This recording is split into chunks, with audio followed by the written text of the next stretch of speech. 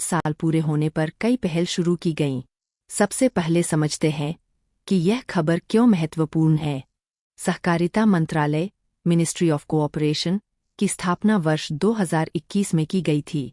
इसका उद्देश्य था सहकार से समृद्धि यानी लोगों को मिलकर काम करने के लिए प्रोत्साहित करना ताकि किसानों, ग्रामीणों और छोटे व्यापारियों की आय बढ़ सके। अब मंत्रालय के 5 वर्ष पूरे होने पर सरकार ने कई नई पहल शुरू की है। नई पहल 1. शहरी सहकारी बैंकों के लिए नई पहल। सबसे पहले शहरी सहकारी बैंकों अर्बन कोऑपरेटिव बैंक्स के लिए 2 नई डिजिटल पहल शुरू की गई है। सहकार सीबीएस। सहकार सीबीएस इसे ऐसे समझिए जैसे किसी बैंक का पूरा रिकॉर्ड एक ही कंप्यूटर प्रणाली पर आ जाता है। इससे सभी शाखाओं में एक जैसी बैंकिंग सेवा मिलेगी, काम तेज होगा और ग्राहकों को बेहतर सुविधा मिलेगी। सहकार सहयोगी। सहकार सहयोगी यह एक एआई कृत्रिम बुद्धिमत्ता आधारित संवादात्मक प्लेटफॉर्म है। इसका उद्देश्य ग्राहकों के सवालों का जल्दी जवाब देना और बैंकिंग सेवाओं को अधिक आसान बनाना है। अन्य नई पहल। अब सरकार ने केवल बैंकों तक ही सीमित न रहकर सहकारी क्षेत्र में भी कई नए कदम उठाए हैं। 50,000 पैक्स का में रूपांतरण। पैक्स प्राथमिक कृषि ऋण समितियां किसानों को ऋण और अन्य सेवाएं देती है। अब इन्हें डिजिटल बनाया जा रहा है ताकि काम पारदर्शी और तेज हो सके। 47 अनाज भंडारण गोदामों की आधारशिला रखी गई। इसका उद्देश्य किसानों के अनाज को सुरक्षित रखना है ताकि फसल खराब न हो और उन्हें उचित समय पर बेहतर कीमत मिल सके। राष्ट्रीय दुग्ध विकास बोर्ड एनडीडीबी द्वारा दूध आपूर्ति समीक्षा डैशबोर्ड पोर्टल शुरू किया गया। इस पोर्टल की मदद से देश में दूध की उपलब्धता और आपूर्ति पर आसानी से निगरानी रखी जा सकेगी। सहकारी क्षेत्र में की गई अन्य पहल। अब समझते हैं कि पिछले कुछ वर्षों में सहकारी क्षेत्र को मजबूत बनाने के लिए और क्या-क्या किया गया है। पुनर्जीवित पैक्स। पहले पैक्स केवल सीमित कार्य कर सकती थीं। अब इन्हें 25 से अधिक व्यावसायिक गतिविधियां करने की अनुमति दी गई है। अब ये जनसेवा केंद्र, जन औषधि केंद्र, पेट्रोल डीजल आउटलेट जैसी सेवाएं भी चला सकती है। इससे उनकी आय बढ़ेगी और ग्रामीण लोगों को एक ही स्थान पर कई सुविधाएं मिलेंगी। श्वेत क्रांति 2.0। सरकार ने 2028 से 29 तक सहकारी संस्थाओं द्वारा दूध खरीद में 50% वृद्धि का लक्ष्य रखा है। इसका उद्देश्य दुग्ध उत्पादन बढ़ाना और डेयरी किसानों की आय में वृद्धि करना है। वित्तीय समावेशन। स्वयं सहायता समूह एसएचजी बैंक संपर्क कार्यक्रम दुनिया की सबसे बड़ी सूक्ष्म वित्त माइक्रो फाइनेंस पहल है। अनुमान है कि यह 2030 तक लगभग 11 करोड़ रोजगार सृजित करने में योगदान दे सकता है। अवसंरचना इंफ्रास्ट्रक्चर। सहकारी क्षेत्र के माध्यम से स्थानीय स्तर पर अनाज भंडारण गोदाम बनाए जा रहे हैं। इससे किसानों को फसल बेचने की जल्दबाजी नहीं होगी और खाद्यान्न का नुकसान भी कम होगा। भारत टैक्सी। भारत टैक्सी भारत का पहला सामुदायिक स्वामित्व वाला डिजिटल मोबिलिटी प्लेटफॉर्म है। यह निजी राइड एग्रीगेटर कंपनियों का एक सहकारी विकल्प प्रदान करता है, जिससे ड्राइवरों को अधिक लाभ और बेहतर अवसर मिल सकते हैं। इस प्रकार इन सभी पहलों का मुख्य उद्देश्य सहकारी संस्थाओं को आधुनिक, डिजिटल, आत्मनिर्भर और अधिक रोजगार सृजित करने वाला बनाना है, ताकि किसानों, ग्रामीणों और छोटे उद्यमियों की आर्थिक स्थिति मजबूत हो सके। भारत में सहकारिता कोऑपरेटिव्स इन इंडिया एक संक्षिप्त परिचय। अब तक हमने नई पहलों को समझा। अब समझते हैं कि भारत में सहकारिता व्यवस्था क्या है और यह इतनी महत्वपूर्ण क्यों मानी जाती है। सबसे पहले समझते हैं कि सहकारी संस्था कोऑपरेटिव क्या होती है। जब कुछ लोग अपनी आर्थिक या सामाजिक जरूरतों को पूरा करने के लिए स्वेच्छा से मिलकर एक संस्था बनाते हैं और उसका संचालन लोकतांत्रिक तरीके से करते हैं, तो उसे सहकारी संस्था कहा जाता है। इसका मुख्य उद्देश्य लाभ कमाना नहीं, बल्कि सभी सदस्यों का समान विकास करना होता है। भारत में वर्तमान समय में 8.5 लाख से अधिक सहकारी समितियां कार्य कर रही है। इनसे लगभग 32 करोड़ लोग जुड़े हुए हैं। देश के लगभग 98% ग्रामीण क्षेत्रों तक इनकी पहुंच है। इससे पता चलता है कि ग्रामीण अर्थव्यवस्था में सहकारिता की बहुत महत्वपूर्ण भूमिका है। सहकारिता का संवैधानिक आधार। अब सवाल आता है कि संविधान में सहकारिता का क्या स्थान है। सहकारिता राज्य सूची स्टेट लिस्ट का विषय है। इसका अर्थ है कि सामान्यतः सहकारी समितियों से जुड़े कानून राज्य सरकारें बनाती हैं, लेकिन बहुराज्य सहकारी समितियां मल्टी स्टेट कोऑपरेटिव सोसाइटीज संघ सूची यूनियन लिस्ट के अंतर्गत आती हैं। इसलिए उनसे संबंधित कानून केंद्र सरकार बनाती है। इसी कारण संविधान के अनुच्छेद 246 और 7वीं अनुसूची 7 शेड्यूल के माध्यम से केंद्र और राज्यों के अधिकार तय किए गए हैं। 97वां संविधान संशोधन 2011। अब समझते हैं कि 97वां संविधान संशोधन क्यों महत्वपूर्ण है। इस संशोधन के द्वारा सहकारी समितियां बनाने का अधिकार मौलिक अधिकारों के अंतर्गत जोड़ा गया। इसके लिए अनुच्छेद 19(1) सी में संशोधन किया गया। साथ ही अनुच्छेद 43 भी जोड़ा गया, जिसमें लोकतांत्रिक, स्वायत्त और पेशेवर तरीके से सहकारी समितियों के संचालन को बढ़ावा देने की बात कही गई। इसके अलावा संविधान में भाग 9 भी जोड़ा गया, जिसमें सहकारी समितियों के संचालन से जुड़े प्रावधान दिए गए। बहुराज्य सहकारी समिति संशोधन अधिनियम 2023। अब सरकार ने सहकारी संस्थाओं में पारदर्शिता बढ़ाने के लिए बहुराज्य सहकारी समिति संशोधन अधिनियम 2023 लागू किया। इसके अंतर्गत सहकारी लोकपाल कोऑपरेटिव ओम्बड्समैन की व्यवस्था की गई। अनिवार्य समवर्ती लेखा परीक्षा कॉन्करेंट ऑडिट का प्रावधान किया गया तथा समितियों के संचालन को अधिक जवाबदेह और पारदर्शी बनाया गया। प्रमुख संस्थाएं। अब समझते हैं कि सहकारी क्षेत्र को कौन कौन सी संस्थाएं आगे बढ़ाती है। सहकारिता मंत्रालय की स्थापना 2021 में की गई। इसका उद्देश्य सहकार से समृद्धि के लक्ष्य को पूरा करना है। नाबार्ड, नबर्ड और राष्ट्रीय सहकारी विकास निगम (NCDC) सहकारी संस्थाओं को ऋण, पुनर्वित्त, रीफाइनेंसिंग और विकास संबंधी सहायता प्रदान करते हैं। राष्ट्रीय सहकारिता नीति 2025। हाल ही में राष्ट्रीय सहकारिता नीति 2025 भी लाई गई है। इसका उद्देश्य सहकारी संघवाद कोऑपरेटिव फेडरलिज्म को मजबूत करना, सहकारी क्षेत्र का आधुनिकीकरण करना, उसे अधिक पेशेवर बनाना तथा विकसित भारत 2047 के लक्ष्य में सहकारिता की भूमिका बढ़ाना है। निष्कर्ष। इस प्रकार भारत की सहकारिता व्यवस्था केवल किसानों को ऋण देने तक सीमित नहीं है। आज यह कृषि, डेयरी, बैंकिंग, भंडारण, परिवहन और ग्रामीण विकास जैसे अनेक क्षेत्रों में महत्वपूर्ण भूमिका निभा रही है। सरकार की नई पहलों का उद्देश्य सहकारी संस्थाओं को डिजिटल, पारदर्शी, आत्मनिर्भर और अधिक रोजगार सृजित करने वाला बनाना है। हाल ही में जम्मू कश्मीर की चिनाब घाटी में भारी बारिश के कारण भीषण बाढ़ और भूस्खलन लैंडस्लाइड हुआ। सबसे पहले समझते हैं कि यह घटना क्यों हुई।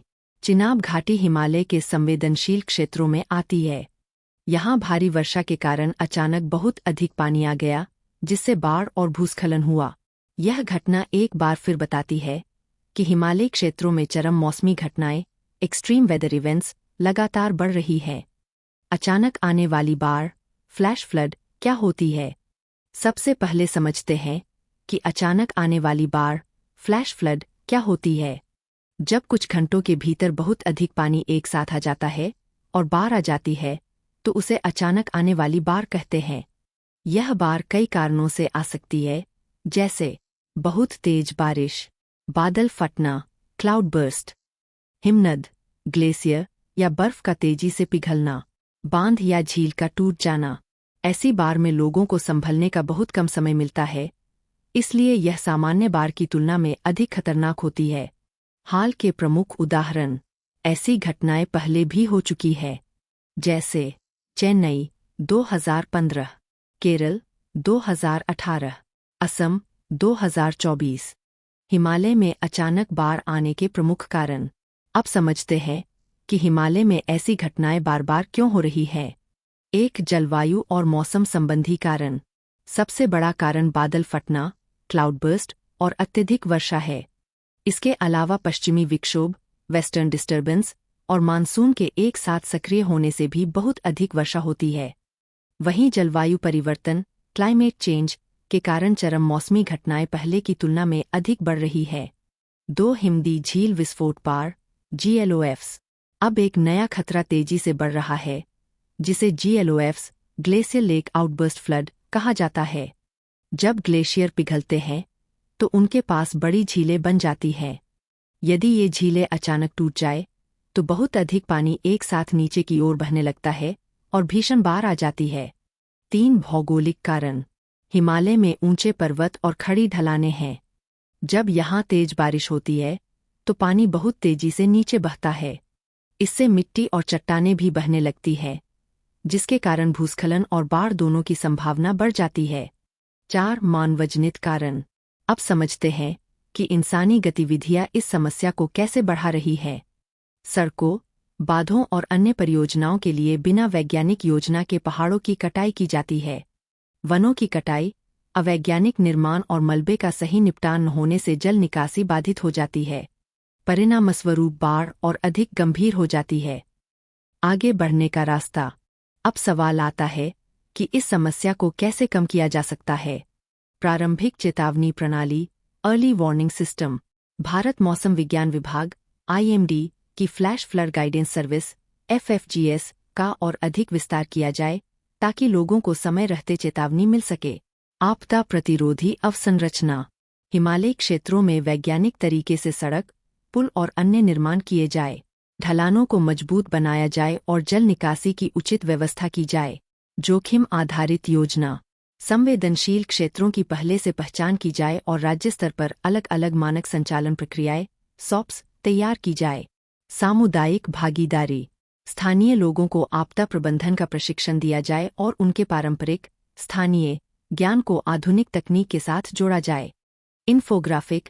अचानक आने वाली बाढ़ के प्रभाव, इम्पैक्ट्स ऑफ फ्लैश फ्लड्स।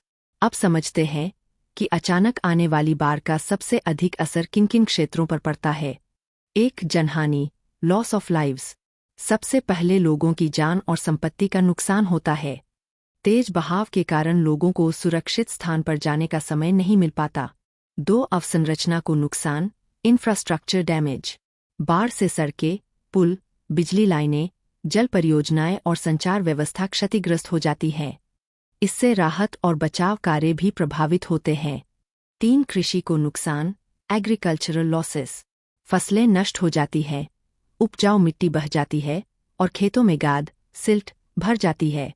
इससे किसानों की आय पर सीधा असर पड़ता है। 4. सामाजिक और आर्थिक प्रभाव, सोशियो इकोनॉमिक इम्पैक्ट्स। लोगों के घर उजड़ जाते हैं, आजीविका प्रभावित होती है, बड़ी आर्थिक हानि होती है और कई परिवारों को दूसरे स्थानों पर पलायन। आर्थिक सलाहकार परिषद (EACPM) ने महिलाओं को बिना शर्त नकद हस्तांतरण (अनकंडीशनल कैश ट्रांसफर) से जुड़े सामाजिक और आर्थिक प्रभावों पर एक रिपोर्ट जारी की है। सबसे पहले समझते हैं कि बिना शर्त नकद हस्तांतरण (अनकंडीशनल कैश ट्रांसफर) क्या होता है। इसका अर्थ है कि सरकार पात्र लोगों के बैंक खाते में सीधे पैसे भेजती है, लेकिन बदले में उनसे कोई शर्त पूरी करने को नहीं कहती। जैसे बच्चों को स्कूल भेजना या टीकाकरण कराना अनिवार्य नहीं होता। इसका उद्देश्य लोगों, विशेषकर महिलाओं, को आर्थिक सहायता देना और उन्हें आर्थिक रूप से सशक्त बनाना है। इस रिपोर्ट में महाराष्ट्र और ओडिशा की ऐसी योजनाओं का अध्ययन किया गया। महाराष्ट्र, माझी लड़की बहन योजना। इस योजना के तहत 21 से 65 वर्ष की पात्र महिलाओं को हर महीने 1,500 रुपये दिए जाते हैं, यानी एक वर्ष में 18,000 रुपये की सहायता सीधे उनके बैंक खाते में भेजी जाती है। ओडिशा, सुभद्रा योजना। इस योजना के तहत 21 से 60 वर्ष की पात्र महिलाओं को प्रति वर्ष कुल 10,000 रुपये 2 किस्तों में दिए जाते हैं। रिपोर्ट के मुख्य निष्कर्ष। अब समझते हैं कि इस रिपोर्ट में क्या पाया गया। 1. महिलाओं की वित्तीय सुरक्षा बढ़ी। रिपोर्ट के अनुसार इन योजनाओं से महिलाओं की बचत में वृद्धि हुई। महाराष्ट्र में बचत लगभग 84% बढ़ी। ओडिशा में बचत लगभग 45% बढ़ी। साथ ही महिलाओं के मासिक खर्च में भी वृद्धि हुई, जिससे पता चलता है कि उनकी आर्थिक स्थिति पहले से बेहतर हुई। 2. महिलाओं की वित्तीय स्वतंत्रता बढ़ी। पहले कई महिलाओं को छोटे छोटे खर्चों के लिए भी दूसरों पर निर्भर रहना पड़ता था। अब उनके अपने खाते में पैसा आने से वे अपने निर्णय स्वयं लेने लगी है और अपनी जरूरतों के अनुसार खर्च कर पा रही है। 3. वित्तीय समावेशन, फाइनेंशियल इंक्लूजन बढ़ा। जब पैसा सीधे बैंक खाते में आया तो महिलाओं ने UPI और अन्य डिजिटल भुगतान माध्यमों का अधिक उपयोग करना शुरू किया। इससे वे औपचारिक बैंकिंग व्यवस्था से अधिक जुड़ गईं। 4. खर्च की गुणवत्ता में सुधार। महिलाओं ने इस अतिरिक्त आय का उपयोग केवल रोजमर्रा के खर्चों में नहीं किया, बल्कि पोषण, स्वास्थ्य, शिक्षा और जीवन शैली सुधार जैसे महत्वपूर्ण कार्यों पर भी खर्च बढ़ाया। EACPM द्वारा दी गई प्रमुख सिफारिशें। अब सवाल आता है कि सरकार को आगे क्या करना चाहिए। कैश प्लस मॉडल अपनाया जाए। केवल पैसा देना पर्याप्त नहीं है। इसके साथ वित्तीय साक्षरता, डिजिटल शिक्षा और स्वयं सहायता समूह SHGs से महिलाओं को जोड़ने पर भी जोर दिया जाना चाहिए। लाभार्थियों की सही पहचान। सरकार को यह सुनिश्चित करना चाहिए कि कोई भी पात्र महिला योजना से वंचित न रहे और अपात्र लोगों को लाभ न मिले। परिणाम आधारित योजनाओं को बढ़ावा। भविष्य में ऐसी योजनाएं बनाई जाए जिनसे केवल पैसा ही न मिले, बल्कि बच्चों के पोषण, शिक्षा और स्वास्थ्य जैसे बेहतर परिणाम भी प्राप्त हों। समय पर समीक्षा। महंगाई और लोगों की बदलती जरूरतों को देखते हुए सहायता राशि और योजना की समय पर समीक्षा की जानी चाहिए। बिना शर्त नकद हस्तांतरण से जुड़ी चुनौतियां। अब समझते हैं कि इन योजनाओं की कुछ सीमाएं भी हैं। केवल पैसा देना पर्याप्त नहीं। सिर्फ नकद सहायता से समाज में महिलाओं के प्रति बने पुराने सामाजिक और लैंगिक भेदभाव पूरी तरह समाप्त नहीं होते। 2. सरकार पर वित्तीय बोझ। ऐसी योजनाओं के लिए सरकार को हर वर्ष बड़ी राशि खर्च करनी पड़ती है। यदि योजनाएं बहुत अधिक बढ़ जाए तो इससे सरकारी वित्त, फिस्कल हेल्थ पर दबाव पड़ सकता है। 3. डिजिटल साक्षरता की कमी। आज भी कई महिलाओं को बैंकिंग, UPI और डिजिटल सेवाओं का पूरा ज्ञान नहीं है। इसके अलावा इंटरनेट और स्मार्टफोन की कमी के कारण भी कई महिलाएं इन योजनाओं का पूरा लाभ नहीं उठा पाती। हाल ही में संयुक्त राष्ट्र UN प्रमुख ने चेतावनी दी है कि कृत्रिम बुद्धिमत्ता AI बच्चों की सुरक्षा व्यवस्था से आगे निकल रही है। सबसे पहले समझते हैं कि यह खबर क्यों महत्वपूर्ण है। आज के समय में बच्चे पढ़ाई, खेल, मनोरंजन और सोशल मीडिया के लिए तेजी से AI आर्टिफिशियल इंटेलिजेंस का उपयोग कर रहे हैं। लेकिन AI जितनी तेजी से विकसित हो रही है, बच्चों की सुरक्षा के लिए बने नियम उतनी तेजी से नहीं बन पा रहे हैं। इसी कारण संयुक्त राष्ट्र ने बच्चों की सुरक्षा को लेकर चिंता व्यक्त की है। बच्चों पर कृत्रिम बुद्धिमत्ता AI के नकारात्मक प्रभाव। अब समझते हैं कि AI बच्चों के लिए किस प्रकार खतरा बन सकती है। 1. गोपनीयता, प्राइवेसी से जुड़ा खतरा। जब बच्चे AI ऐप्स या वेबसाइटों का उपयोग करते हैं तो कई बार उनकी व्यक्तिगत जानकारी, पर्सनल डेटा एकत्र की जाती है। इसका गलत उपयोग डिजिटल प्रोफाइल बनाने या लक्षित विज्ञापन, टारगेटेड एड्स दिखाने के लिए किया जा सकता है। 2. सुरक्षा संबंधी खतरे। AI की मदद से डीपफेक बनाए जा सकते हैं, जिनमें किसी व्यक्ति का नकली वीडियो या आवाज तैयार कर दी जाती है। इसके अलावा बाल यौन शोषण सामग्री CSAM, आवाज की नकल करके धोखाधड़ी, वॉइस क्लोनिंग और अन्य साइबर अपराधों का खतरा भी बढ़ रहा है। 3. बच्चों के विकास पर प्रभाव। यदि बच्चे हर छोटे बड़े उत्तर के लिए AI पर निर्भर रहने लगे तो उनकी सोचने, समझने और समस्या हल करने की क्षमता कमजोर हो सकती है। इसके साथ ही वास्तविक दुनिया में सीखने और अनुभव प्राप्त करने की आदत भी कम हो सकती है। 4. व्यवहार में परिवर्तन। यदि बच्चे AI के साथ बहुत अधिक समय बिताए तो उनकी सहानुभूति, एम्पैथी, धैर्य, सामाजिक व्यवहार और बातचीत करने की क्षमता प्रभावित हो सकती है। इससे वे वास्तविक लोगों की बजाय मशीनों पर अधिक निर्भर होने लगते हैं। बच्चों की सुरक्षा के लिए भारत में कानूनी प्रावधान। अब समझते हैं कि भारत में बच्चों की सुरक्षा के लिए कौन-कौन से कानून हैं। डिजिटल व्यक्तिगत डेटा संरक्षण अधिनियम 2023 DPDP एक्ट। यह कानून बच्चों का डेटा सुरक्षित रखने के लिए बनाया गया है। इसके अनुसार बच्चों का डेटा एकत्र करने से पहले माता-पिता की सत्यापित सहमति, वेरीफाइड पैरेंटल कंसेंट, लेना आवश्यक है। साथ ही बच्चों की ट्रैकिंग, व्यवहार की निगरानी, बिहेवियर मॉनिटरिंग और लक्षित विज्ञापनों पर रोक लगाई गई है। सूचना प्रौद्योगिकी AT अधिनियम 2000। यह कानून इंटरनेट पर होने वाले अपराधों से निपटने का आधार प्रदान करता है। इसके तहत हानिकारक बाल सामग्री हटाने और संबंधित अपराधों की रिपोर्ट करने की व्यवस्था की गई है। IT संवेदनशील व्यक्तिगत डेटा या सूचना नियम 2011। इन नियमों के अनुसार संवेदनशील व्यक्तिगत जानकारी को सुरक्षित रखना, गोपनीयता बनाए रखना और डेटा साझा करने से पहले उचित सहमति लेना आवश्यक है। आगे क्या किया जाना चाहिए? अब सवाल आता है कि बच्चों को एआई के खतरों से कैसे बचाया जाए। वैश्विक एआई बाल सुरक्षा ढांचा बनाया जाए। ऐसे अंतर्राष्ट्रीय नियम बनाए जाए जिनका पालन सभी एआई कंपनियों को करना पड़े ताकि बच्चों की सुरक्षा सुनिश्चित हो सके। एआई में सुरक्षा उपाय पहले से जोड़े जाए। एआई सिस्टम को इस तरह विकसित किया जाए कि वे बाल यौन शोषण सामग्री CSAM जैसी हानिकारक सामग्री को पहचानकर रोक सके और आवश्यकता पड़ने पर मानव हस्तक्षेप भी हो। नैतिक और पारदर्शी एआई को इस प्रकार बनाया जाए कि वह स्पष्ट रूप से बताए कि सामने इंसान नहीं बल्कि एआई है तथा गलत जानकारी फैलाने से बचाए। मानव केंद्रित डिजाइन। एआई ऐसा हो जो माता पिता, शिक्षक और समाज की भूमिका को मजबूत बनाए, उनका स्थान न ले। एआई साक्षरता, एआई लिटरेसी। बच्चों, अभिभावकों और शिक्षकों को एआई के सही उपयोग, उसके लाभ और उसके खतरों के बारे में जागरूक किया जाए ताकि वे सुरक्षित तरीके से इसका उपयोग कर सके।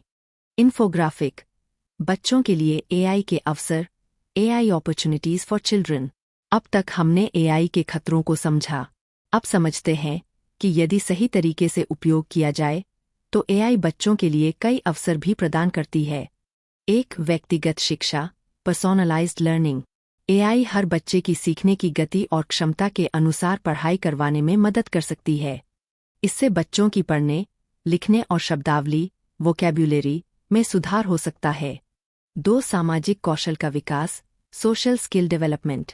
एआई बच्चों को बातचीत करना, समस्याओं का समाधान करना, इंटरव्यू की तैयारी करना और सामाजिक परिस्थितियों को समझना सिखाने में मदद कर सकती है। 3, रचनात्मकता, क्रिएटिविटी एनहांसमेंट।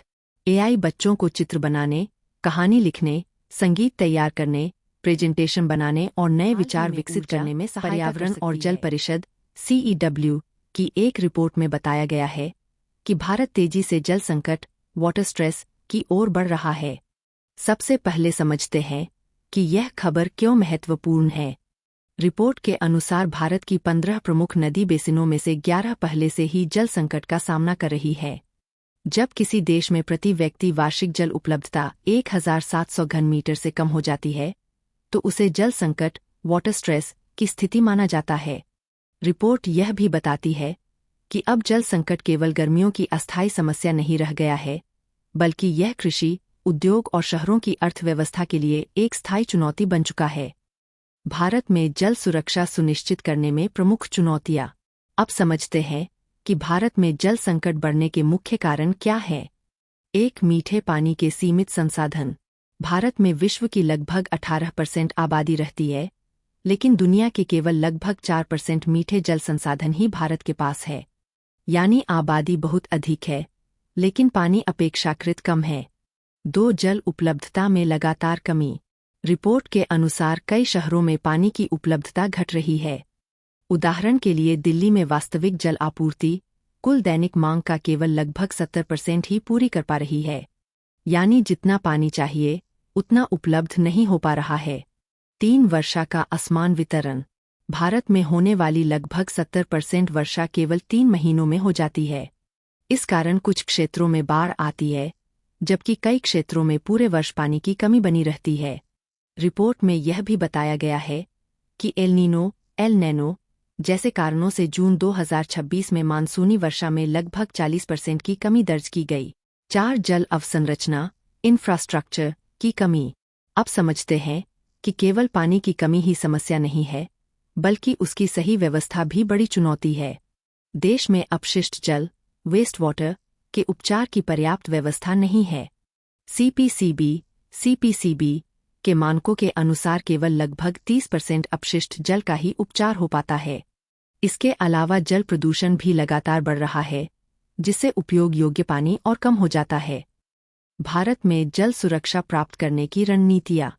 अब सवाल आता है कि इस समस्या का समाधान कैसे किया जाए। 1, जलवायु प्रतिरोधी जल अवसंरचना। ऐसी जल परियोजनाएं विकसित की जाए जो जलवायु परिवर्तन के प्रभावों को सहन कर सकें। विशेषकर शहरों में जल आपूर्ति, जल भंडारण और निकासी व्यवस्था को मजबूत बनाया जाए। इसके लिए अर्बन चैलेंज फंड UCF जैसी योजनाओं का प्रभावी उपयोग किया जा सकता है।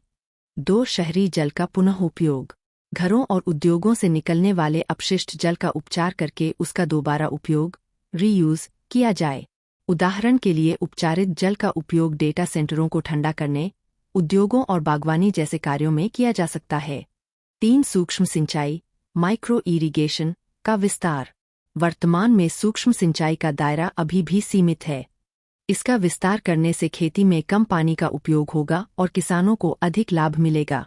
इसके लिए छोटे किसानों को बेहतर सब्सिडी और प्रधानमंत्री फसल बीमा योजना (PMFBY) जैसी योजनाओं का प्रभावी समर्थन दिया जाना चाहिए।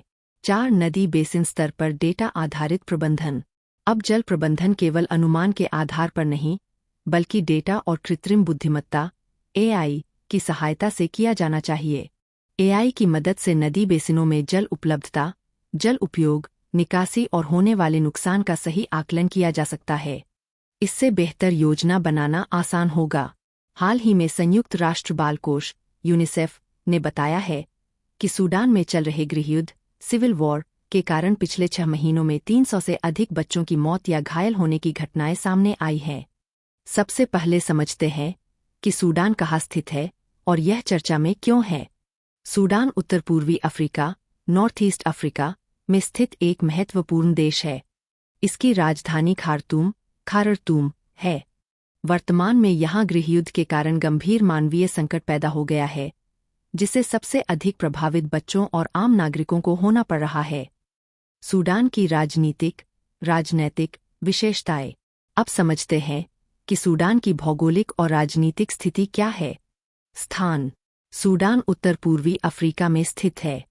सीमावर्ती देश: सूडान की सीमाएं कुल 7 देशों से मिलती है। उत्तर मिस्र, इजिप्ट। पूर्व इरिट्री और इथियोपिया। दक्षिण सूडान, साउथ सूडान। पश्चिम चाड और मध्य अफ्रीकी गणराज्य, सेंट्रल अफ्रीकन रिपब्लिक।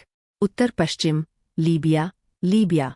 समुद्री सीमा: सूडान के पूर्व में लाल सागर रेड सी स्थित है। यह लाल सागर व्यापार और सामरिक दृष्टि से अत्यंत महत्वपूर्ण है। प्रमुख क्षेत्र: सूडान के प्रमुख क्षेत्र हैं दारफूर, अबे, कोर्डोफान। ये क्षेत्र अक्सर संघर्ष और राजनीतिक विवादों के कारण चर्चा में रहते हैं। सूडान की भौगोलिक विशेषताएं। अब समझते हैं कि सूडान का प्राकृतिक भूगोल कैसा है। स्थलाकृति: सूडान का अधिकांश भाग रेगिस्तान तथा सवाना, शुष्क घास के मैदान से बना हुआ है। प्रमुख रेगिस्तान: सूडान में मुख्य रूप से लीबियाई रेगिस्तान, लीबियान डेजर्ट, नूबियाई रेगिस्तान, न्यूबियन डेजर्ट स्थित है। प्रमुख नदियाँ: सूडान की सबसे महत्वपूर्ण नदी नील नदी, नाइल रिवर है। खार्तूम में ब्लू नाइल और व्हाइट नाइल मिलकर मुख्य नील नदी बनाती है। इसके अलावा अडबरा नदी भी एक प्रमुख नदी है।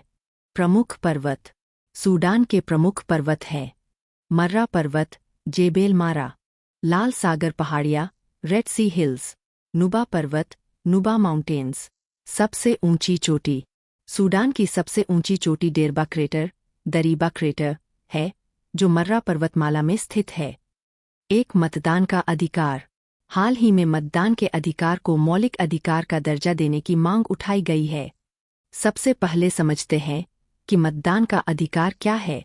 मतदान का अधिकार वह अधिकार है जिसके माध्यम से नागरिक अपने प्रतिनिधियों को चुनते हैं और लोकतंत्र में भाग लेते हैं। भारत में यह मौलिक अधिकार नहीं, बल्कि संवैधानिक अवैधानिक स्टैट्यूटरी अधिकार है।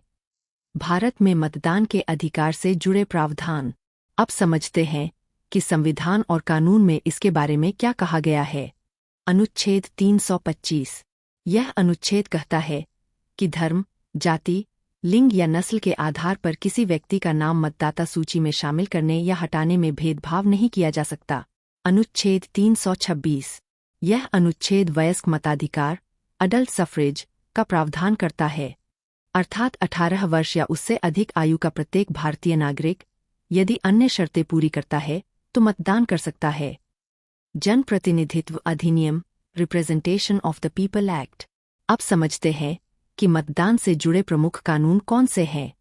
जनप्रतिनिधित्व अधिनियम 1951 की धारा 62। इस धारा में मतदान के अधिकार से जुड़े नियम बताए गए हैं, जैसे कोई व्यक्ति एक से अधिक निर्वाचन क्षेत्रों में मतदान नहीं कर सकता। जेल में बंद व्यक्ति सामान्यतः मतदान नहीं कर सकता, कुछ अपवादों को छोड़कर। जनप्रतिनिधित्व अधिनियम 1950 की धारा 16। इस धारा में बताया गया है कि किन परिस्थितियों में किसी व्यक्ति का नाम मतदाता सूची में शामिल किया जाएगा या हटाया जा सकता है। प्रमुख न्यायिक निर्णय। अब समझते हैं कि न्यायालय ने इस विषय पर क्या कहा है। People's Union for Civil Liberties PUCL मामला 2003।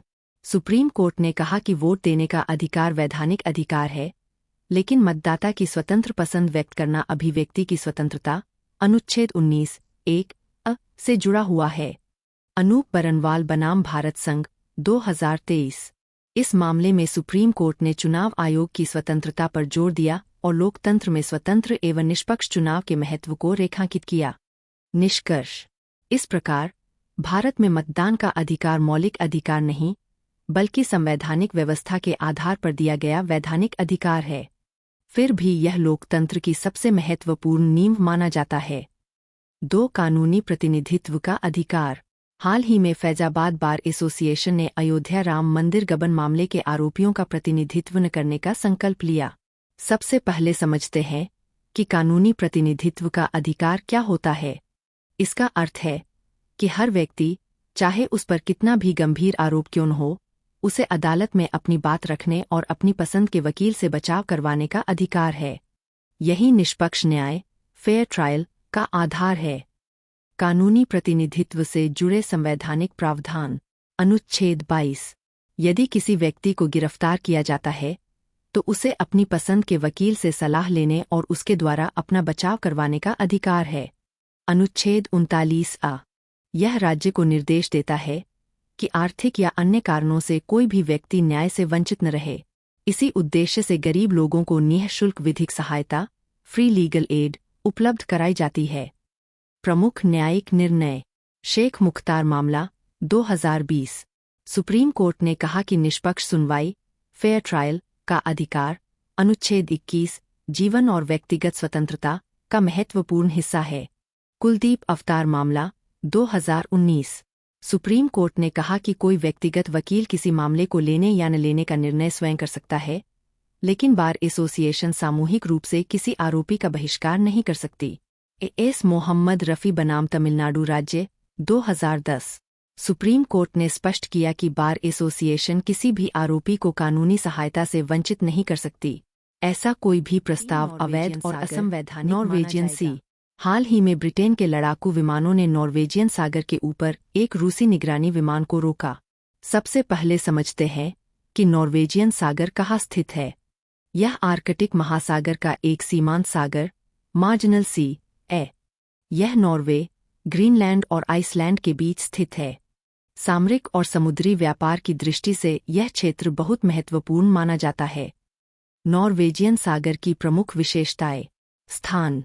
यह नॉर्वे, ग्रीनलैंड और आइसलैंड के बीच स्थित है और आर्कटिक महासागर का हिस्सा है। सीमाएं। अब समझते हैं कि इसकी सीमाएं किन-किन जल निकायों से मिलती हैं। उत्तर पश्चिम, ग्रीनलैंड सागर। उत्तर, बेरेंट्स सागर। दक्षिण, उत्तरी सागर, नॉर्थ सी। पश्चिम, ग्रीनलैंड और आइसलैंड। इसके अलावा ग्रीनलैंड आइसलैंड यूके, ग्यूक, रिज इसे अटलांटिक महासागर से अलग करती है। निर्माण। यह सागर लगभग 25 करोड़ 250 मिलियन वर्ष पहले यूरोप और उत्तरी अमेरिका की प्लेटों के अलग होने के कारण बना था। समुद्री विज्ञान और जलवायु। अब समझते हैं कि यह सागर इतना महत्वपूर्ण क्यों है। गर्म समुद्री धाराएं। गर्म नॉर्वेजियन धारा, नॉर्वेजियन करंट के कारण यह सागर वर्ष के अधिकांश समय बर्फ से मुक्त रहता है। समुद्री जीव और मत्स्य पालन। यहाँ गर्म नॉर्वेजियन धारा और पूर्वी आइसलैंड धारा, ईस्ट आइसलैंड करंट, मिलती है। इससे पोषक तत्वों की मात्रा बढ़ती है और यह क्षेत्र मछली पकड़ने के प्रमुख क्षेत्रों में गिना जाता है। निष्कर्ष। इस प्रकार नॉर्वेजियन सागर अपनी रणनीतिक स्थिति, समुद्री व्यापार, नौसैनिक गतिविधियों और समृद्ध मत्स्य संसाधनों के कारण अक्सर समाचारों में बना रहता है। 4. ईमर्लिन रेडियो एरे। हाल ही में भारत सहित कई देशों के वैज्ञानिकों ने ईमर्लिन रेडियो एरे का उपयोग करके एक निकटवर्ती आकाशगंगा में मंद, कमजोर रूप से सक्रिय सुपरमैसिव ब्लैक होल की खोज की है। सबसे पहले समझते हैं कि ईमर्लिन क्या है। यह ब्रिटेन का राष्ट्रीय रेडियो टेलीस्कोप इंटरफेरोमीटर नेटवर्क है। इसमें कई रेडियो दूरबीनों को जोड़कर अंतरिक्ष की बहुत सूक्ष्म वस्तुओं का अध्ययन किया जाता है। ईमर्लिन की प्रमुख विशेषताएं। अवसंरचना। इस नेटवर्क में ग्रेट ब्रिटेन के लगभग 217 किलोमीटर क्षेत्र में फैली 7 रेडियो दूरबीनें शामिल हैं। कनेक्टिविटी। सभी दूरबीनें ऑप्टिकल फाइबर के माध्यम से आपस में जुड़ी हुई है। इसका संचालन मैनचेस्टर विश्वविद्यालय यूनिवर्सिटी ऑफ मैनचेस्टर करता है। उच्च रिजोल्यूशन। ईमर्लिन बहुत उच्च संवेदनशीलता के साथ अंतरिक्ष की सूक्ष्म वस्तुओं का अध्ययन कर सकता है और हबल दूरबीन के समान कोणीय रिजोल्यूशन प्राप्त कर सकता है। क्षमता। यह लगभग 2 गीगाहर्ट्ज बैंडविड्थ पर कार्य करता है, जिससे बहुत स्पष्ट रेडियो संकेत प्राप्त होते हैं। निष्कर्ष। इस प्रकार ईमर्लिन आधुनिक खगोल विज्ञान का एक महत्वपूर्ण उपकरण है, जो ब्लैक होल, आकाशगंगाओं और अन्य अंतरिक्षीय पिंडों के अध्ययन में वैज्ञानिकों की सहायता करता है। 5 माइकोमार्सिडी। हाल ही में एक नए अध्ययन में अनुमान लगाया गया है कि पृथ्वी पर 1.42 करोड़ से 2.03 करोड़ तक माइकोमार्सिडी प्रजातियां हो सकती है। सबसे पहले समझते हैं कि माइकोमार्सिडी क्या है। ये परजीवी ततैया पैरासिटिक वॉस्प्स का एक उपपरिवार हैं। इनके लार्वा तितलियों और पतंगों जैसे कीटों के लार्वा पर विकसित होते हैं। माइकोमार्सिडी का महत्व। प्राकृतिक जैविक नियंत्रण। इनकी कई प्रजातियां खेती और बागवानी में हानिकारक कीटों को नियंत्रित करने का काम करती है। इस कारण इन्हें प्राकृतिक जैविक नियंत्रण एजेंट, बायोलॉजिकल कंट्रोल एजेंट माना जाता है। पारिस्थितिक महत्व। कीटों की विभिन्न प्रजातियों और उनके मेजबानों के साथ इनके संबंधों का अध्ययन वैज्ञानिकों को कीटों की वास्तविक संख्या और जैव विविधता का अनुमान लगाने में मदद करता है। 6 महेंद्रगिरी स्टील्थ फ्रिगेट। हाल ही में भारतीय नौसेना विशाखापत्तनम में अपने प्रोजेक्ट 17 के तहत बने 6ठे स्वदेशी स्टील्थ फ्रिगेट INS महेंद्रगिरी को शामिल करने की तैयारी कर रही है। सबसे पहले समझते हैं कि स्टील्थ फ्रिगेट क्या होता है। स्टील्थ फ्रिगेट ऐसा युद्धपोत होता है जिसे इस प्रकार बनाया जाता है कि रडार पर उसकी पहचान करना कठिन हो। इसका उपयोग समुद्री सुरक्षा, दुश्मन पर हमला करने और नौसैनिक अभियानों में किया जाता है। महेंद्रगिरी स्टील्थ फ्रिगेट के बारे में। नाम। इस युद्धपोत का नाम पूर्वी घाट की महेंद्रगिरी पहाड़ियों के नाम पर रखा गया है। निर्माता। इसका निर्माण Mazagon dock ship builders limited MDL Mumbai ने किया है। डिजाइन। इसका डिजाइन भारतीय नौसेना के युद्धपोत design bureau, worship design bureau ने तैयार किया है। प्रमुख विशेषताएं। कोडॉग प्रणाली। यह कोडॉग कंबाइंड डीजल और गैस प्रणोदन प्रणाली से चलता है, अर्थात आवश्यकता के अनुसार इसमें डीजल इंजन या गैस टरबाइन का उपयोग किया जा सकता है, जिससे गति और ईंधन दक्षता दोनों बेहतर होती है। Stealth design. इसका विशेष डिजाइन इसे रडार पर कम दिखाई देने वाला बनाता है। आधुनिक हथियार। इसमें कई आधुनिक हथियार लगाए गए हैं, जैसे सतह से सतह सरफेस टू सरफेस मार करने वाली मिसाइलें, सतह से हवा सरफेस टू एयर मार करने वाली मिसाइलें। आधुनिक इलेक्ट्रॉनिक युद्ध इलेक्ट्रॉनिक वॉरफेयर प्रणाली, पनडुब्बी रोधी एंटी सबमरीन वॉरफेयर प्रणाली, एकीकृत युद्ध प्रबंधन प्रणाली इंटीग्रेटेड कॉम्बैट मैनेजमेंट सिस्टम। निष्कर्ष। इस प्रकार INS महेंद्रगिरी भारतीय नौसेना की समुद्री शक्ति और आत्मनिर्भर भारत की दिशा में एक महत्वपूर्ण उपलब्धि है। 7 विधिक मापन अधिनियम 2009, लीगल मेट्रोलॉजी एक्ट 2009। हाल ही में उपभोक्ता मामलों के विभाग ने विधिक मापन सामान्य नियम 2011 में संशोधन किया है। सबसे पहले समझते हैं कि विधिक मापन लीगल मेट्रोलॉजी क्या होता है। इसका अर्थ है कि वजन, माप और मापने वाले उपकरणों के लिए एक समान मानक तय करना, ताकि व्यापार में किसी प्रकार की धोखाधड़ी न हो और उपभोक्ताओं के हित सुरक्षित रहें। रिपोर्ट के अनुसार इन संशोधनों से अनुपालन का बोझ कम होगा, सत्यापन की लागत घटेगी और व्यापार करना आसान होगा। विधिक मापन अधिनियम 2009। अब समझते हैं कि इस कानून का उद्देश्य क्या है। उद्देश्य। इस कानून का मुख्य उद्देश्य वजन और माप के मानकों को स्थापित करना, उनका नियमन करना तथा व्यापार और वाणिज्य में एकरूपता बनाए रखना है। विधिक मापन सामान्य नियम 2011। ये नियम वजन मशीन, धर्मकांटा, टैक्सीमीटर जैसे यांत्रिक और डिजिटल माप उपकरणों के डिजाइन, सटीकता और उपयोग को नियंत्रित करते हैं। विधिक मापन पैकेज्ड कमोडिटी नियम 2011। इन नियमों के अनुसार पैक किए गए सामान पर अधिकतम खुदरा मूल्य MRP, शुद्ध मात्रा, निर्माण तिथि तथा अन्य आवश्यक जानकारी लिखना अनिवार्य होता है। निष्कर्ष। इस प्रकार विधिक मापन अधिनियम 2009 का उद्देश्य उपभोक्ताओं के हितों की रक्षा करना और व्यापार में पारदर्शिता तथा निष्पक्षता सुनिश्चित करना है। 8 कैफे के नियम। हाल ही में विद्युत मंत्रालय ने कॉर्पोरेट औसत ईंधन दक्षता कैफे मानकों के तहत क्रेडिट ट्रेडिंग तंत्र का प्रस्ताव रखा है। सबसे पहले समझते हैं कि cafe corporate average fuel efficiency क्या है। कैफे ऐसे मानक है जो यह तय करते हैं कि वाहन निर्माता कंपनियों की गाड़ियों की औसत ईंधन दक्षता फ्यूल एफिशिएंसी कितनी होनी चाहिए। यदि कोई कंपनी निर्धारित लक्ष्य से बेहतर प्रदर्शन करती है तो उसे क्रेडिट मिलेगा। वह इन अतिरिक्त क्रेडिटों को अन्य कंपनियों को बेच भी सकती है। कैफे नियमों की प्रमुख बातें। उद्देश्य। इनका उद्देश्य वाहनों की ईंधन खपत कम करना, प्रदूषण घटाना और ऊर्जा की बचत करना है। क्रियान्वयन। इन नियमों को ऊर्जा संरक्षण अधिनियम 2001 के तहत लागू किया जाता है। कैफे 3 मानक 2027 से 2032 तक की 5 वर्षीय अवधि के लिए अधिसूचित किए गए हैं। भारत इंडोनेशिया द्विपक्षीय संबंध। हाल ही में प्रधानमंत्री की इंडोनेशिया यात्रा महत्वपूर्ण समझौतों पर हस्ताक्षर के साथ संपन्न हुई। सबसे पहले समझते हैं कि यह यात्रा क्यों महत्वपूर्ण है।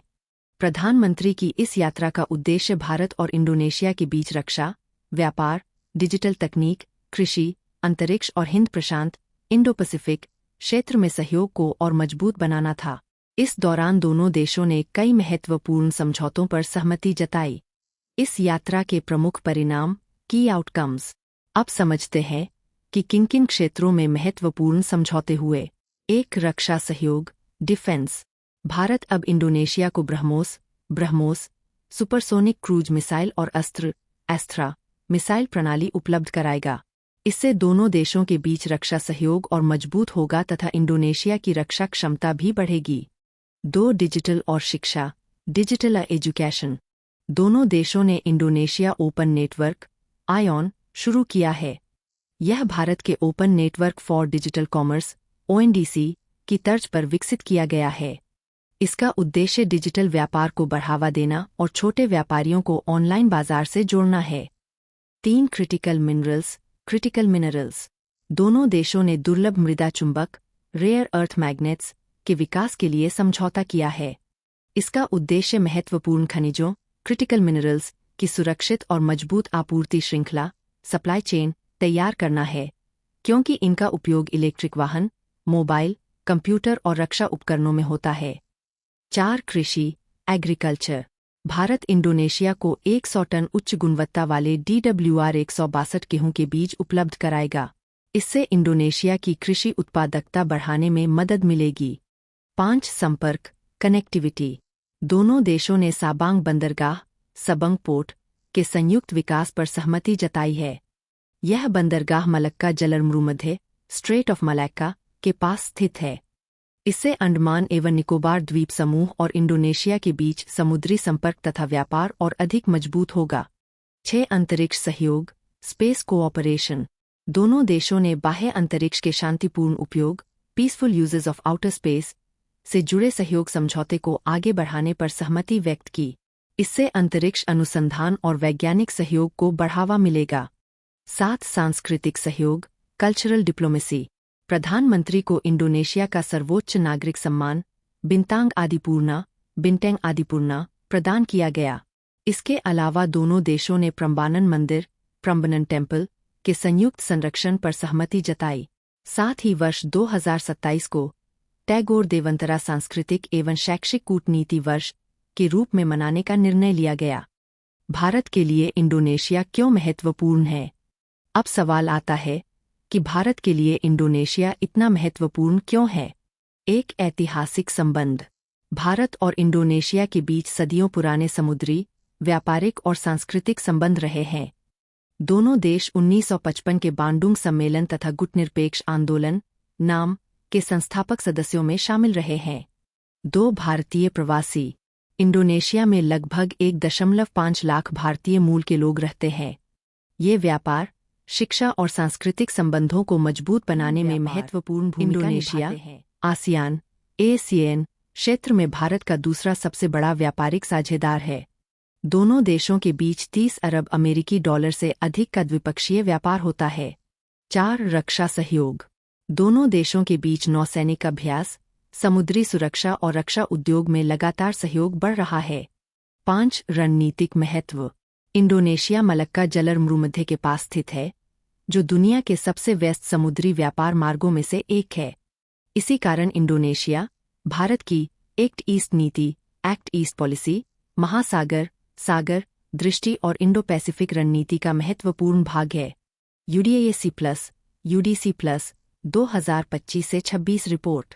हाल ही में केंद्रीय शिक्षा मंत्रालय ने एकीकृत जिला सूचना प्रणाली UDC+ 2025 से 26 की रिपोर्ट जारी की है। सबसे पहले समझते हैं कि UDC+ क्या है।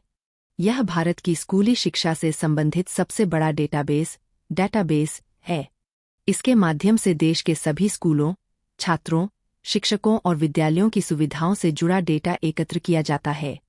इस रिपोर्ट में लगभग 14.67 लाख स्कूलों और 24 करोड़ से अधिक छात्रों की जानकारी शामिल की गई है।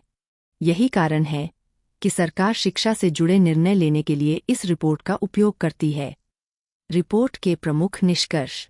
अब समझते हैं कि इस रिपोर्ट में क्या-क्या महत्वपूर्ण बातें सामने आई हैं। 1. शिक्षकों की संख्या बढ़ी। रिपोर्ट के अनुसार 2025 से 26 में शिक्षकों की संख्या 1.02 करोड़ से अधिक हो गई है। यह 2022 से 23 की तुलना में लगभग 8.3% की वृद्धि दर्शाता है। इसका मतलब है कि देश में शिक्षकों की उपलब्धता पहले से बेहतर हुई है। 2. छात्र शिक्षक अनुपात PTR में सुधार।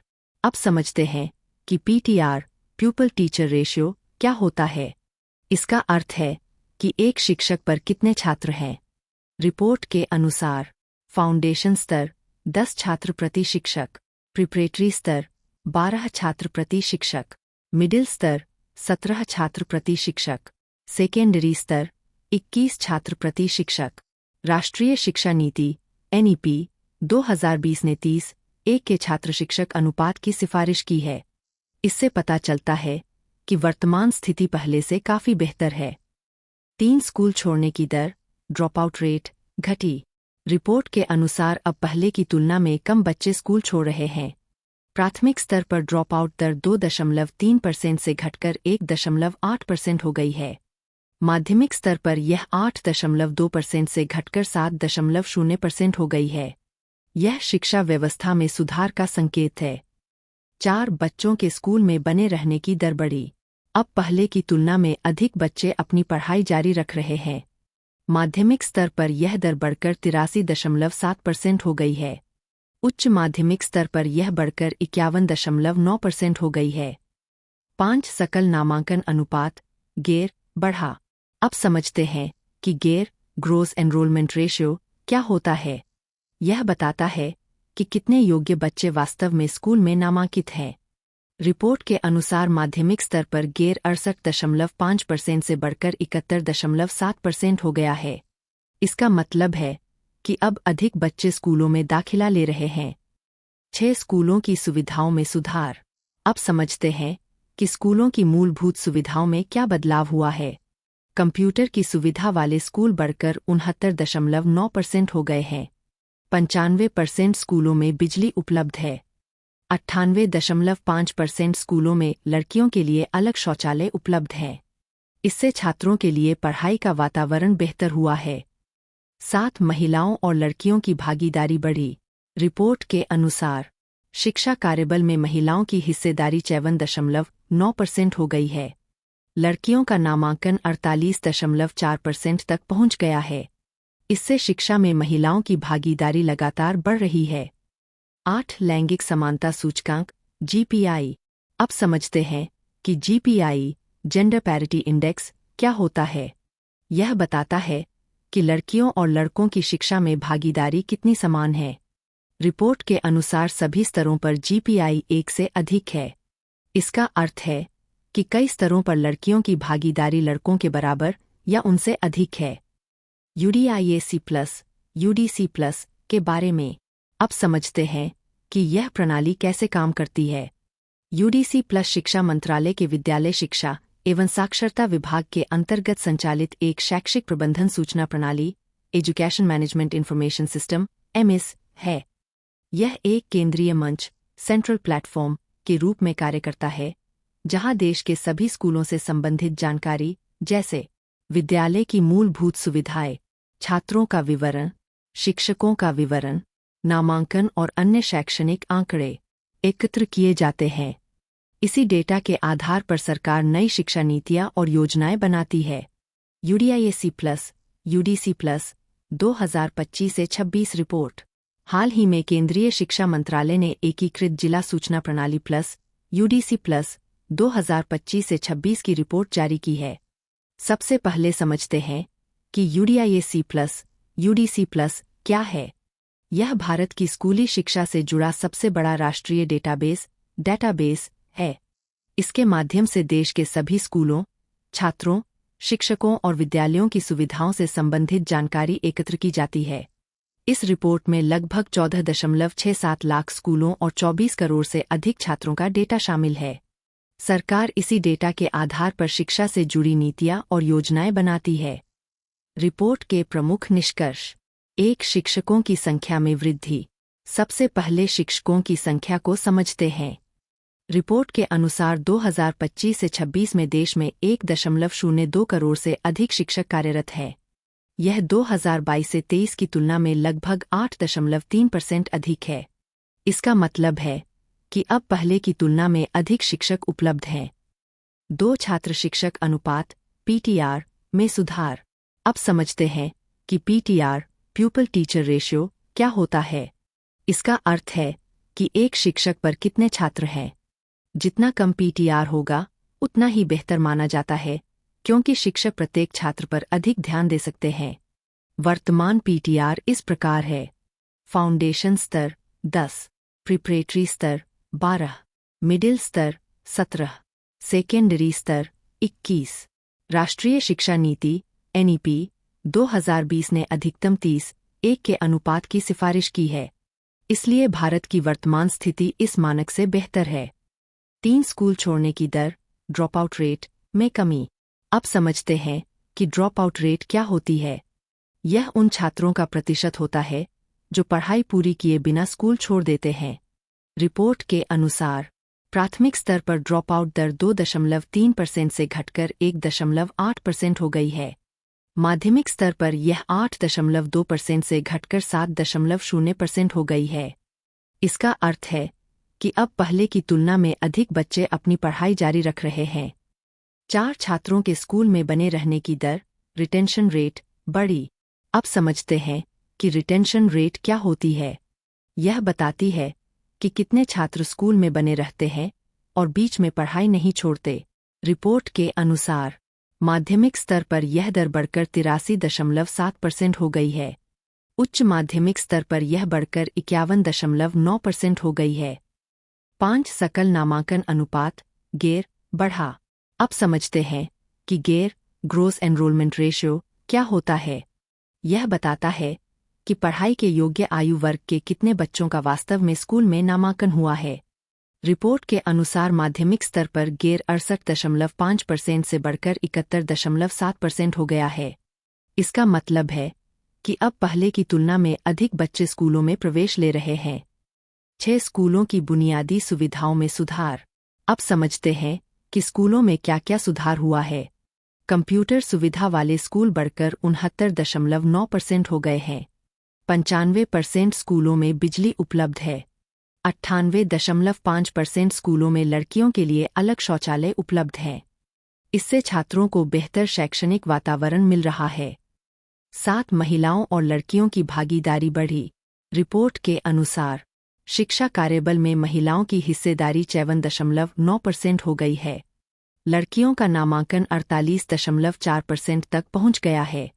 इससे पता चलता है कि शिक्षा के क्षेत्र में महिलाओं की भागीदारी लगातार बढ़ रही है। 8 लैंगिक समानता सूचकांक (जीपीआई). अब समझते हैं कि जीपीआई जेंडर पैरिटी इंडेक्स क्या होता है। यह लड़कों और लड़कियों की शिक्षा में भागीदारी की तुलना करता है। यदि जीपीआई 1 हो तो दोनों की भागीदारी समान होती है। यदि जीपीआई 1 से अधिक हो तो इसका अर्थ है कि लड़कियों की भागीदारी लड़कों के बराबर या उनसे अधिक है। रिपोर्ट के अनुसार सभी स्तरों पर जीपीआई 1 से अधिक है, जो शिक्षा में बेहतर लैंगिक समानता को दर्शाता है। यूडीआईएसी+ (UDC+) के बारे में अब समझते हैं कि यह प्रणाली कैसे काम करती है। UDC+ शिक्षा मंत्रालय के विद्यालय शिक्षा एवं साक्षरता विभाग के अंतर्गत संचालित एक शैक्षिक प्रबंधन सूचना प्रणाली education management information system (MIS) है। यह एक केंद्रीय मंच सेंट्रल प्लेटफॉर्म है जहां सभी स्कूल अपनी जानकारी दर्ज करते हैं, जैसे विद्यालय की प्रोफाइल और बुनियादी सुविधाएं, छात्रों का विवरण, शिक्षकों का विवरण, नामांकन और अन्य शैक्षणिक आंकड़े। इस डेटा के आधार पर सरकार शिक्षा की वर्तमान स्थिति का आकलन करती है और भविष्य की नीतियां बनाती है। World investment report 2026। हाल ही में संयुक्त राष्ट्र व्यापार एवं विकास सम्मेलन (UNCTAD) ने विश्व निवेश रिपोर्ट 2026 जारी की है। सबसे पहले समझते हैं कि यह रिपोर्ट क्यों महत्वपूर्ण है। यह रिपोर्ट बताती है कि दुनिया में प्रत्यक्ष विदेशी निवेश (FDI) कहाँ और कितना हो रहा है। साथ ही यह भी बताती है कि निवेश किन देशों और किन क्षेत्रों में अधिक जा रहा है। इस बार रिपोर्ट में कहा गया है कि 2025 में वैश्विक निवेश बढ़ा, लेकिन उसका अधिकांश हिस्सा कुछ चुनिंदा देशों और कुछ विशेष क्षेत्रों तक ही सीमित रहा। रिपोर्ट के प्रमुख निष्कर्ष: 1. वैश्विक प्रत्यक्ष विदेशी निवेश (FDI) में वृद्धि। सबसे पहले समझते हैं कि FDI (फॉरेन डायरेक्ट इन्वेस्टमेंट) क्या होता है। जब कोई विदेशी कंपनी किसी दूसरे देश में कारखाना, उद्योग, कंपनी या अन्य व्यवसाय में सीधे निवेश करती है, तो उसे प्रत्यक्ष विदेशी निवेश (FDI) कहते हैं। रिपोर्ट के अनुसार 2025 में वैश्विक FDI लगभग 6% बढ़कर $1.6 ट्रिलियन हो गया। लेकिन यह वृद्धि सभी देशों में समान नहीं रही। विकसित देशों में FDI लगभग 11% बढ़ा, जबकि विकासशील देशों में यह केवल 2% बढ़ा। इससे पता चलता है कि निवेश का बड़ा हिस्सा विकसित देशों की ओर जा रहा है। रिपोर्ट में यह भी बताया गया है कि दुनिया की शीर्ष 20 अर्थव्यवस्थाओं को वैश्विक निवेश का 80% से अधिक हिस्सा प्राप्त हुआ। 2. किन क्षेत्रों में सबसे अधिक निवेश हुआ। अब समझते हैं कि निवेश किन क्षेत्रों में बढ़ रहा है। रिपोर्ट के अनुसार निवेश मुख्य रूप से इन क्षेत्रों में बढ़ा है: कृत्रिम बुद्धिमत्ता (AI), डेटा सेंटर, सेमीकंडक्टर, तेल एवं गैस। दूसरी ओर वैश्विक मूल्य श्रृंखला (ग्लोबल वैल्यू चेन (GVC) से जुड़े पारंपरिक विनिर्माण मैन्युफैक्चरिंग क्षेत्रों में निवेश कम हुआ है। 3. भारत की स्थिति। अब समझते हैं कि भारत का प्रदर्शन कैसा रहा। FDI प्राप्त करने (इनवर्ड FDI) के मामले में भारत की रैंकिंग 2024 में 13वें स्थान पर थी। 2025 में बढ़कर 11वें स्थान पर पहुंच गई। वहीं विदेशों में निवेश करने (आउटवर्ड FDI) के मामले में भारत 2024 में 20वें स्थान पर था। 2025 में 18वें स्थान पर पहुंच गया। इसका अर्थ है कि भारत में विदेशी निवेश भी बढ़ रहा है और भारतीय कंपनियां भी विदेशों में अधिक निवेश कर रही है। निवेश के बदलते रुझानों के प्रमुख कारण। अब सवाल आता है कि निवेश का रुख क्यों बदल रहा है। 1. रणनीतिक निवेश। पहले कंपनियां केवल कम लागत देखकर निवेश करती थीं, लेकिन अब वे राष्ट्रीय सुरक्षा, नई तकनीक और रणनीतिक हितों को भी ध्यान में रखकर निवेश कर रही है। 2. औद्योगिक नीतियां और सब्सिडी। कई विकसित देश बड़ी सब्सिडी और प्रोत्साहन देकर निवेशकों को आकर्षित कर रहे हैं। विशेष रूप से सेमीकंडक्टर, स्वच्छ ऊर्जा और उच्च तकनीक वाले क्षेत्रों में निवेश तेजी से बढ़ रहा है। इसी कारण कई विकासशील देशों के लिए प्रतिस्पर्धा करना कठिन हो गया है। 3. आपूर्ति श्रृंखला (सप्लाई चेन) में बदलाव। अब कंपनियां केवल सस्ते उत्पादन वाले देशों पर निर्भर नहीं रहना चाहती। वे ऐसे देशों में निवेश कर रही है जहां राजनीतिक स्थिरता हो, मजबूत तकनीकी व्यवस्था हो, नियम स्पष्ट हों और भूराजनीतिक जियोपॉलिटिकल जोखिम कम हो। विकासशील देश अधिक निवेश कैसे आकर्षित कर सकते हैं? अब समझते हैं कि विकासशील देशों को क्या करना चाहिए। एक, सही क्षेत्रों को प्राथमिकता दें। हर क्षेत्र में प्रतिस्पर्धा करने के बजाय उन क्षेत्रों पर ध्यान दिया जाए जहां देश की विशेष क्षमता हो। 2, बुनियादी सुविधाओं का विकास। डिजिटल कनेक्टिविटी, अच्छी सड़कें, बिजली, नवीकरणीय ऊर्जा और कुशल कार्यबल विकसित किया जाए ताकि निवेशकों को बेहतर वातावरण मिल सके। 3, प्रदर्शन आधारित प्रोत्साहन। केवल कर छूट देने के बजाय ऐसे प्रोत्साहन दिए जाए जो रोजगार बढ़ाए, स्थानीय उत्पादन बढ़ाए और नई तकनीक का हस्तांतरण करें। 4, सार्वजनिक वित्त का बेहतर उपयोग। सरकार को विकास बैंकों, संप्रभु निधियों, सॉवरेन फंड्स और अन्य वित्तीय संस्थानों की सहायता से निजी निवेश को बढ़ावा देना चाहिए। 5, क्षेत्रीय सहयोग बढ़ाना। पड़ोसी देशों के साथ मिलकर क्षेत्रीय मूल्य श्रृंखला रीजनल वैल्यू चेन विकसित की जाए। इसके लिए सीमा पार औद्योगिक क्षेत्र, उत्पादन गलियारे और साझा बुनियादी ढांचे का विकास किया जा सकता है। विश्व निवेश रिपोर्ट वर्ल्ड इन्वेस्टमेंट रिपोर्ट के बारे में अब समझते हैं कि यह रिपोर्ट कौन जारी करता है। विश्व निवेश रिपोर्ट वर्ल्ड इन्वेस्टमेंट रिपोर्ट हर वर्ष संयुक्त राष्ट्र व्यापार एवं विकास सम्मेलन UNCTAD द्वारा प्रकाशित की जाती है। इसका उद्देश्य दुनिया में FDI के रुझानों, निवेश नीतियों और वैश्विक निवेश की चुनौतियों का विश्लेषण करना है। Placenta on a chip, placenta on a chip. हाल ही में भारतीय वैज्ञानिकों ने मानव प्लेसेंटा के प्रमुख कार्यों की नकल करने वाला placenta on a chip, placenta on a chip विकसित किया है। सबसे पहले समझते हैं कि यह खबर क्यों महत्वपूर्ण है। IISERNCLIRHIDRS मुंबई और IIT बॉम्बे के वैज्ञानिकों ने एक स्वदेशी प्रयोगशाला में विकसित प्लेसेंटा ऑन ए चिप तैयार किया है। यह मानव शरीर में मौजूद प्लेसेंटा की तरह काम करता है और गर्भावस्था से जुड़े शोध को अधिक सुरक्षित और सटीक बनाने में मदद करेगा। प्लेसेंटा क्या होता है? सबसे पहले समझते हैं कि प्लेसेंटा क्या होता है। प्लेसेंटा एक अस्थायी अंग टेम्परेरी ऑर्गन है जो गर्भावस्था के दौरान माँ और शिशु को जोड़ता है। यह कई महत्वपूर्ण कार्य करता है, जैसे माँ से शिशु तक ऑक्सीजन और पोषक तत्व पहुँचाना, शिशु से अपशिष्ट पदार्थ वेस्ट बाहर निकालना, हार्मोन बनाना जो गर्भावस्था को बनाए रखने में मदद करते हैं, माँ और शिशु के बीच आवश्यक पदार्थों के आदान प्रदान को नियंत्रित करना। प्लेसेंटा ऑन ए चिप क्या है? अब समझते हैं कि प्लेसेंटा ऑन ए चिप क्या है। यह एक छोटी माइक्रोचिप है जिस पर मानव कोशिकाओं की मदद से प्लेसेंटा जैसा वातावरण तैयार किया जाता है। इसका उद्देश्य वास्तविक मानव प्लेसेंटा के कार्यों की नकल करना है ताकि वैज्ञानिक बिना किसी जोखिम के उस पर शोध कर सके। इस तकनीक से गर्भावस्था के विभिन्न चरणों का अध्ययन किया जा सकता है। गर्भकालीन प्रेगनेंसी रोगों को बेहतर ढंग से समझा जा सकता है। नई दवाओं की सुरक्षा और प्रभाव का परीक्षण किया जा सकता है। पशुओं पर होने वाले परीक्षणों की आवश्यकता कम हो सकती है। Organ on a chip, organ on a chip तकनीक। अब समझते हैं कि ऑर्गन ऑन ए चिप क्या होती है। यह ऐसी तकनीक है जिसमें मानव कोशिकाओं को एक छोटी चिप पर इस प्रकार रखा जाता है कि वे किसी वास्तविक अंग की तरह कार्य करें, यानी वैज्ञानिक प्रयोगशाला में ही मानव अंगों जैसा वातावरण तैयार कर लेते हैं और उसी पर शोध करते हैं। ऑर्गन ऑन ए चिप कैसे काम करती है? अब समझते हैं कि यह तकनीक कैसे काम करती है। इसमें एक छोटी चिप के अंदर सूक्ष्म चैनल माइक्रोचैनल्स बनाए जाते हैं। इन चैनलों में मानव कोशिकाएं रखी जाती हैं और उनके बीच पोषक द्रव न्यूट्रिएंट फ्लूइड प्रवाहित किया जाता है। इससे कोशिकाएं उसी प्रकार व्यवहार करती है जैसे वे शरीर के अंदर करती है। इसके प्रमुख घटक इस तकनीक में मुख्य रूप से सूक्ष्म चैनल माइक्रोचैनल्स, छिद्रयुक्त लचीली झिल्ली पोरस फ्लेक्सिबल मेम्ब्रेन, मानव कोशिकाएं ह्यूमन सेल्स शामिल होती है। ऑर्गन ऑन ए चिप के प्रकार। अब समझते हैं कि यह तकनीक कितने प्रकार की होती है।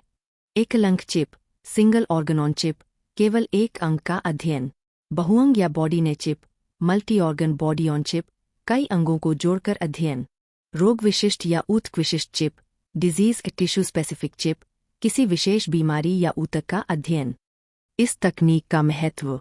अब सवाल आता है कि यह तकनीक इतनी महत्वपूर्ण क्यों है। एक, पशु परीक्षण कम होंगे। नई दवाओं के परीक्षण के लिए पशुओं पर निर्भरता कम होगी। 2, बेहतर रोग अध्ययन। मानव कोशिकाओं पर अध्ययन होने से रोगों को अधिक सटीक तरीके से समझा जा सकेगा। 3, नई दवाओं का विकास। इससे दवाओं की खोज, सुरक्षा परीक्षण और नैदानिक परीक्षण क्लिनिकल ट्रायल्स की प्रक्रिया अधिक प्रभावी होगी। 4, व्यक्तिगत चिकित्सा पर्सोनलाइज्ड मेडिसिन। भविष्य में किसी व्यक्ति की अपनी कोशिकाओं पर दवाओं का परीक्षण करके उसी के अनुसार उपचार करना संभव हो सकेगा। इस तकनीक की चुनौतियां। अब समझते हैं कि इसकी कुछ सीमाएं भी हैं। 1, मानव अंगों की पूरी नकल करना कठिन। मानव अंग बहुत जटिल होते हैं, इसलिए चिप पर उनकी पूरी संरचना और कार्यों की नकल करना अभी भी आसान नहीं है। 2, बड़े पैमाने पर उपयोग की चुनौती। अभी इस तकनीक को बड़े स्तर पर अपनाने, मानकीकरण स्टैंडर्डाइजेशन और नियामक स्वीकृति रेगुलेटरी अप्रूवल शिक्षा सर्वेक्षण ऐशे रिपोर्ट 2022 से 23 एवं 2023 से 24। हाल ही में केंद्रीय शिक्षा मंत्रालय ने अखिल भारतीय उच्च शिक्षा सर्वेक्षण ऐशे की 2022 से 23 और 2023 से 24 की रिपोर्ट जारी की है। सबसे पहले समझते हैं कि ऐशे क्या है। AISHE All India Survey on Higher Education भारत की उच्च शिक्षा से संबंधित सबसे महत्वपूर्ण वार्षिक सर्वेक्षण रिपोर्ट है। इसके माध्यम से देश के उच्च शिक्षा संस्थानों HEIs से छात्रों के नामांकन, शिक्षकों, पाठ्यक्रमों, बुनियादी